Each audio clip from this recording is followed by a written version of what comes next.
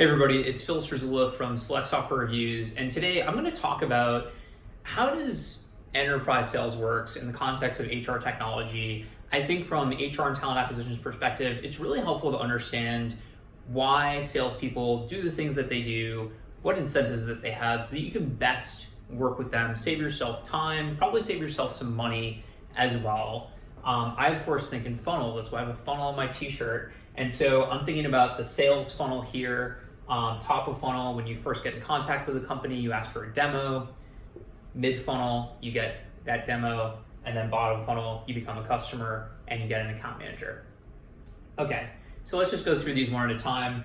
BDR, they're the person that reaches out to you. Let's say you go on a website and you're like, hey, I want to demo this thing. Here's my phone number, here's my email. They're going to reach out to you. They're going to call you. They're going to email you to set up a time to chat, usually 15 to 30 minutes. I skip these chats. And the way that I skip these chats is by providing them the information that I know they're looking for, because I want to find out about this solution. I want to get the demo. I want to know if it's a good fit for me. This first call that they're trying to get you on is what's called a discovery call. So they want to understand this little acronym called BANT. Do you have the budget to actually buy the software? Do you have the authority, or are there other people in your organization that need to be a part of this call? Do you have the need, or are you just kicking the tires? Because if you don't have the need, you're probably not actually going to buy this thing. And what's your timeline? Is this something that you're going to do a year from now, in the next 2 months? If you check these boxes, I'm going to put you in touch with an account executive. Time is money. We want to make sure these people are spending time with the right people.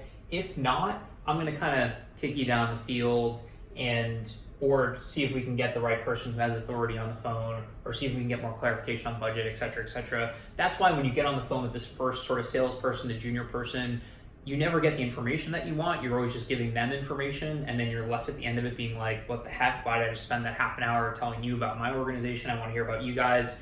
You can skip that call by sending someone an email. I literally sometimes say, I've got BANT, I want to do a demo.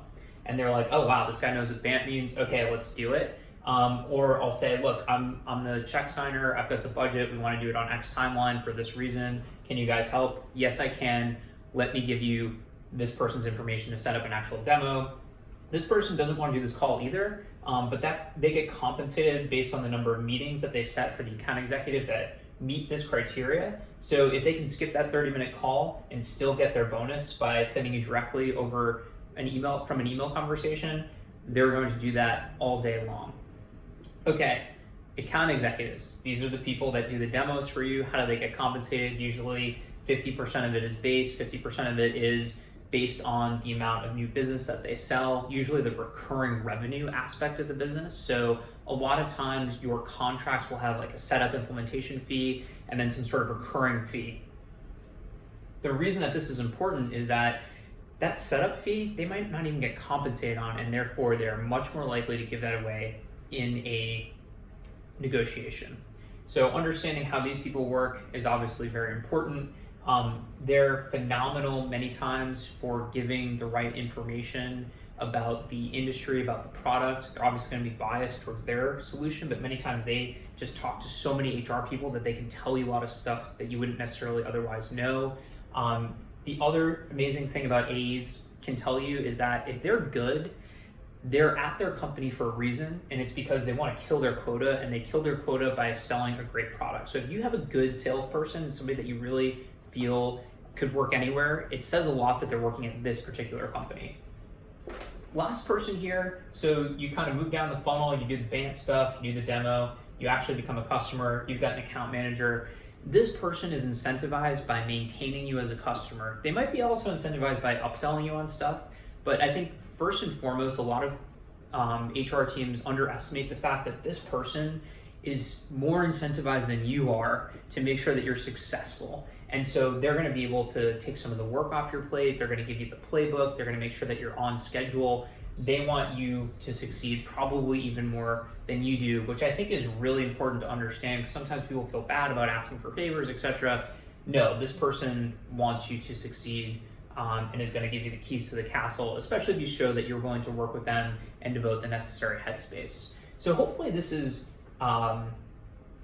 useful to understand this sort of kind of general, how do these enterprise sales teams function, think about the things that you're doing when you engage with salespeople. I just talked to an HR person who says, I like to only work with the salespeople who are willing to work with me over the course of a year. And I tell them it's going to be a year before I buy. Pro tip, don't do that, right? Because if you say, hey, I don't have a timeline, the only person who's going to spend time on you is somebody who's bad at their job or doesn't have a good product to sell. Because if they're good at their job and they have a good product to sell, they're not spending time with you. So those sorts of things that you might be doing right now with salespeople, reevaluate that in the context of their frameworks and how they're incentivized and how they actually operate.